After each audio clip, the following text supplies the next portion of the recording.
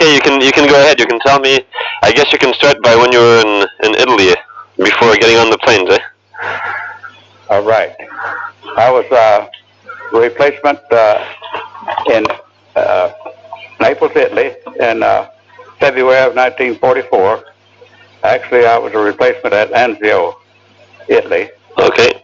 And after Andelieu, we were bivouacked down at Naples, Italy, and a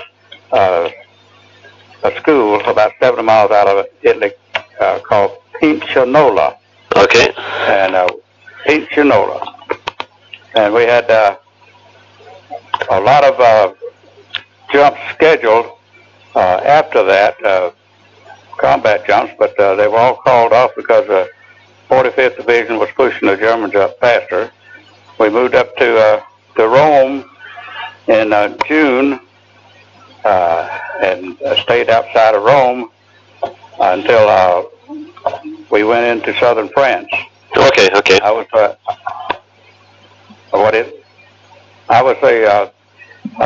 in the Pathfinder group, which is a group of 14 soldiers which jumped behind the German lines and set up a drop zone for the rest of the soldiers. Okay. Yeah. Yeah. On August the 15th, we left Rome, Italy, about 12 p.m. or 12:30 a.m. on August the 15th, 1944, and flew towards southern France.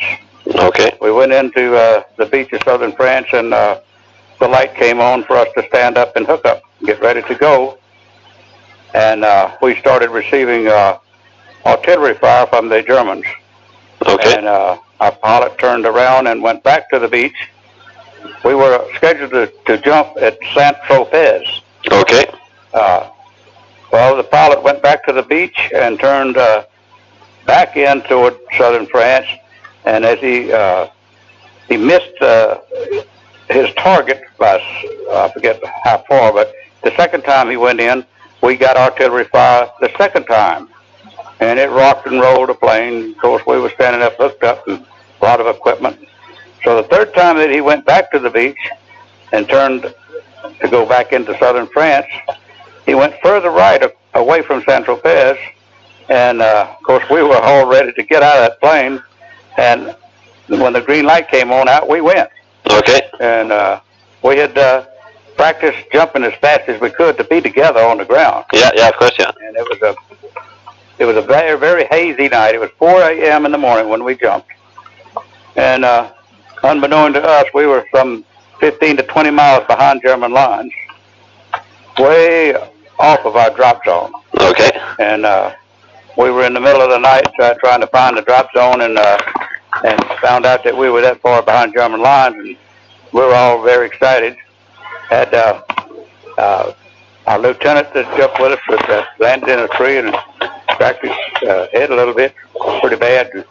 Got him down out of the tree, and we all assembled and found a French family up there that they had no idea we were fixing to go into southern France, and they were just tickled to death by an American. Okay. So, one of this family said that they would lead us back to our lone lines. So this was on a Monday, August 15th, 1944. So we started out that afternoon, and with this guide out in front of us. So that night we slept out in the open, and the next morning we started on our travel back toward the lines, and the young French boy came running back and said, "The Germans." So we spread out, and we annihilated. We got rid of the German patrol. Okay. To say now, I just don't like to go over too many of this. But anyway, we didn't get back to the German lines and American lines until Friday, August the 20th. Okay. During that time, we had interrupted some German patrols and got out. Very lucky. Had one soldier got a shot through the knee, but he made it back on his own. And as we were waiting to go back through the lines, we we captured 10 German prisoners. Okay. And the sergeant of the patrol spoke better English than we did, so he said, "Oh, good gracious," he said, "the war's over for us." So actually, they led us through the German lines. They told us where we could go through. Okay, okay. So we got back to the German lines on Friday afternoon, August the 20th, 1944. The next morning, before daylight, we made a big push on Cons. Okay. And there was Company C of the 509 was pinned down by some type of artillery. So they sent 3 of us up on top of this hill to find out what was happening. Well, lo and behold, when we got up there, we found out the Germans had 2 railroad guns. And they would shoot one and then move it backwards. And they'd shoot another one and move it forward. So they could not pinpoint their location. Okay, okay. So what our objective was to radio back out to the ships in the harbor to pinpoint where these railroad guns were.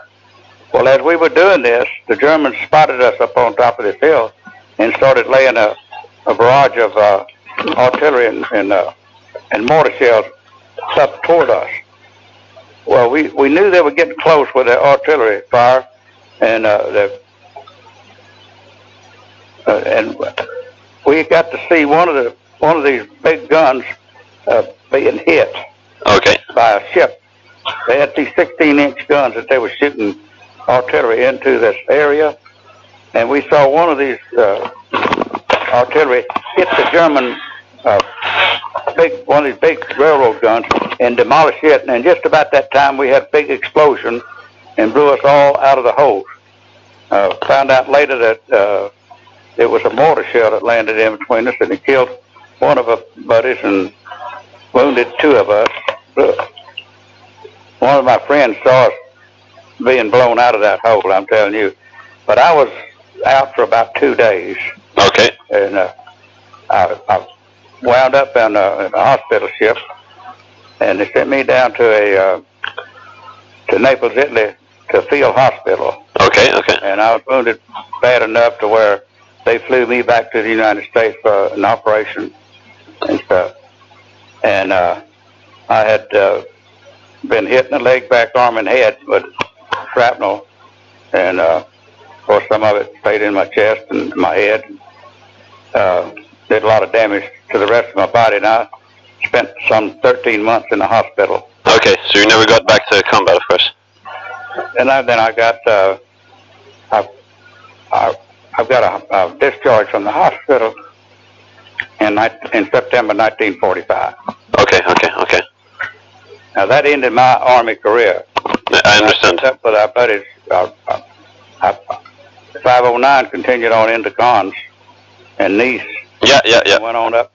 You got the rest of their history, I hope. I mean, I have the official history. What I'm looking for is like the more personal things. Every guy's own little what he saw, with his own eyes, basically.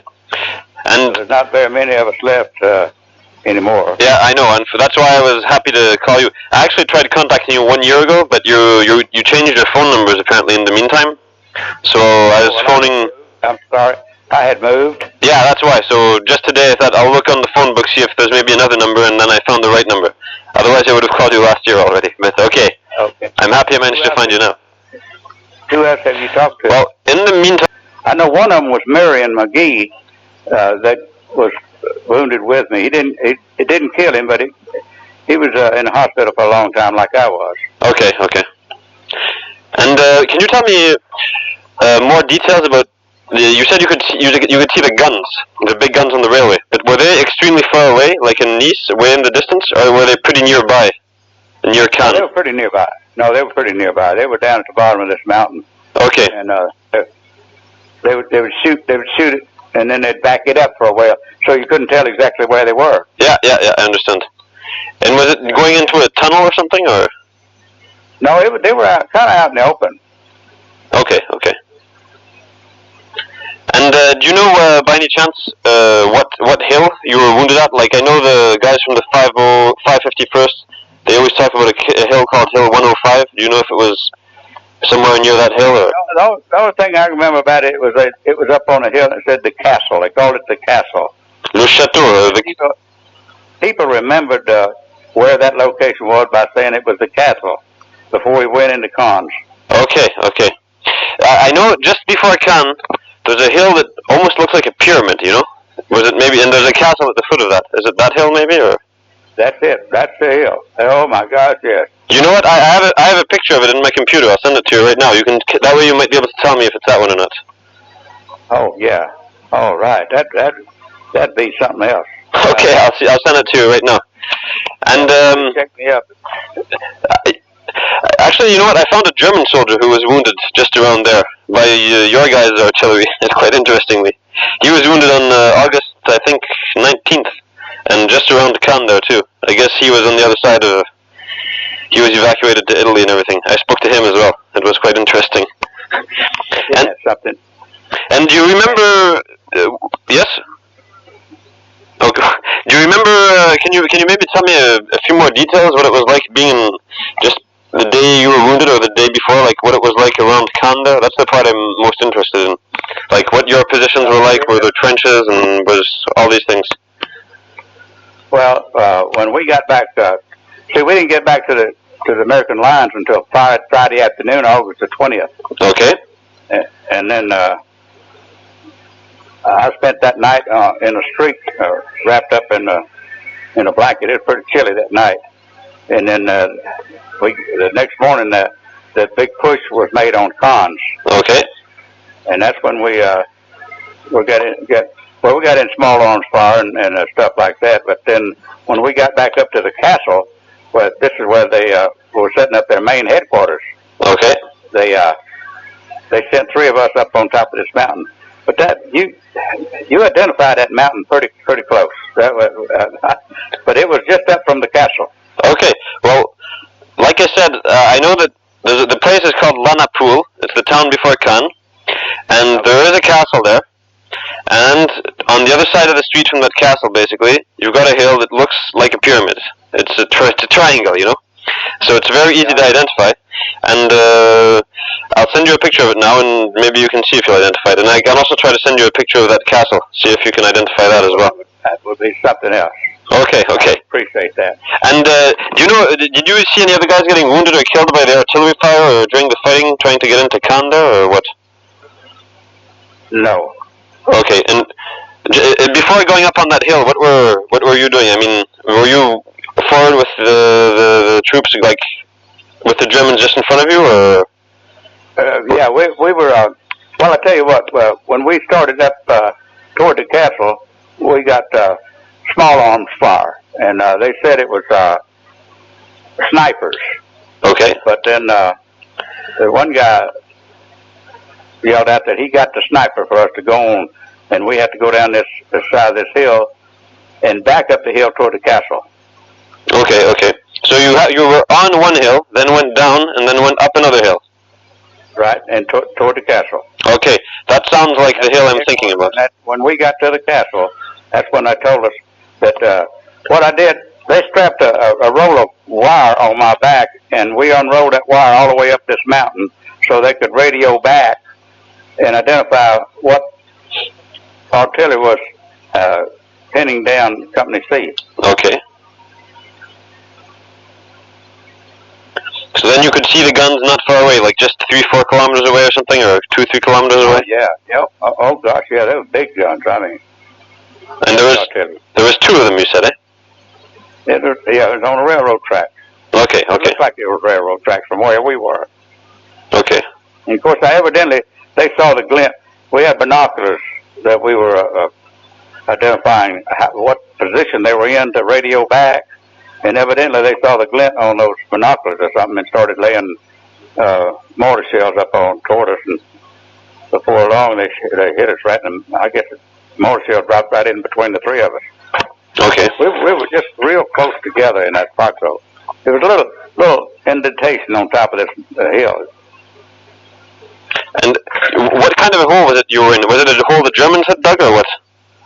No, it wasn't. It was just kind of indentation in the mountain, the top of the mountain, you know, kind of grooved out. Yeah, I understand. But on the way, we had to go around this mountain, get up to the top of it, and there were a couple of dead Germans laying there on the way up. Okay. guess they'd been killed during the fighting before, or by the artillery or something. So yeah, right, because it was fighting all day that day.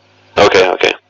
And can you tell me any more details about the fighting that was occurring around you, or on the other hills, or at the bottom of the... No, there was a lot of artillery shells exploding and rifle fire and machine gun going off. You could hear it, in the distance. Okay, okay. There wasn't any fighting right there at the castle at that particular time. Okay. They'd taken over that area prior to when I got there. Okay. And you did see a few Germans who had been killed there? No, there were two on the side of the mountain that had been killed, and evidently they'd been killed that morning. Okay, okay, okay. As far as I understood, the Germans, they were resisting there quite a lot, but they ended up managing to pull out with not getting too many prisoners or people getting killed, as far as I kind of understood from speaking to the other guys. No, no, they wasn't. Okay, okay. Well, I think that's kind of it for the questions I can ask you right now. But I'll send you an email. You can...